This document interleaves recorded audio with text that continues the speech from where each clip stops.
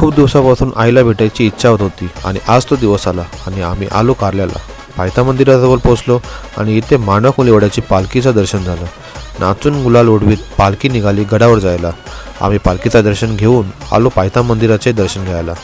ओटीचं सामान घेतला आणि लाईनमध्ये लागलो. 5 मिनिटमध्येच आमचं खूप भारी दर्शन झालं. एकविरायाचं दर्शन करून मन प्रसन्न झालं.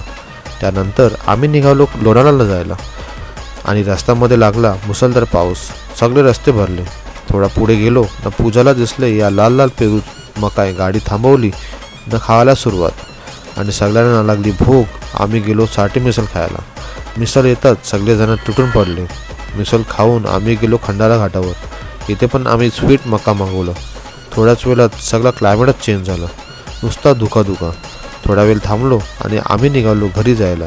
कसा वाटला मिनी ब्लॉग कमेंट करून सांगा. चला मग भेटूया नेक्स्ट ब्लॉगमध्ये. जय एकविरा.